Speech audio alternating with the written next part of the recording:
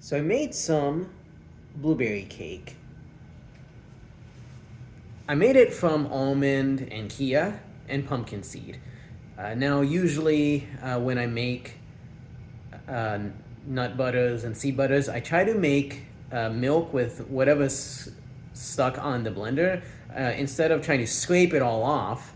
Or you clean it off with water. I'll just put water in it and blend it, and that sort of wipes everything away, but then it also becomes a milk. So for most nut butters and seed butters, it turns out well. So pumpkin seeds make a good milk.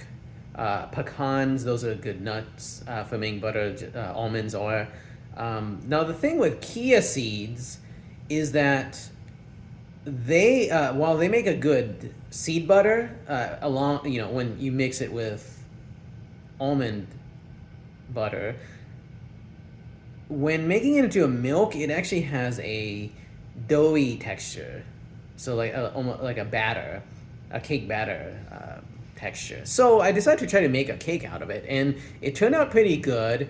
It was more like a pancake because I didn't use a lot, but it turned out pretty good. And I put some blueberry on top, and so I thought, you know what if I made blueberry pancakes?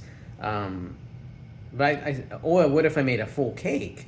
So I decided to make a full cake out of it, and I preheated it for about 10 minutes, and then heated it for about an hour at 350 degrees. Now the ingredients were 1 cup of chia seeds ground, 1 cup of ground almonds, half a cup of ground pumpkin seeds. You can put more or less of any of these. I only had one half cup of pumpkin seeds, but you could always increase the amount and adjust the others.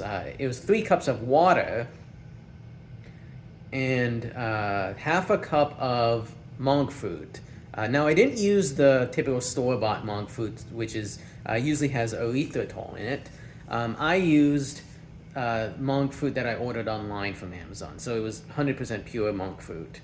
Erythritol is a sugar alcohol. Most people can digest it fine, but some people have GI issues with it.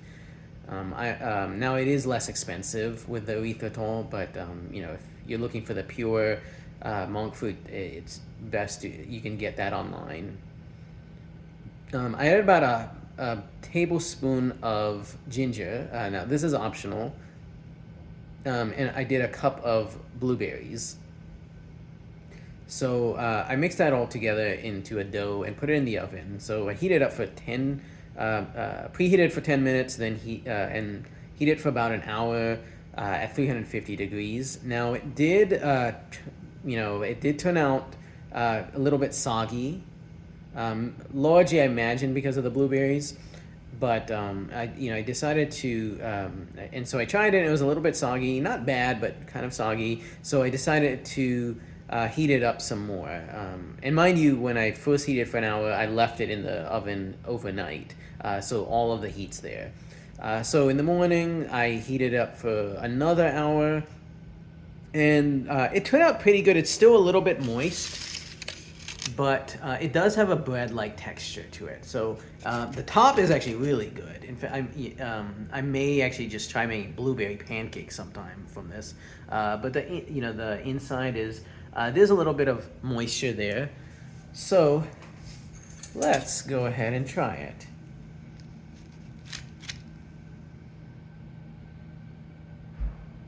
Now I'm using my left hand. I am right-handed, but I try to be ambidextrous. And it's just easier to film the video with my right hand, so I'm just using my left hand to eat.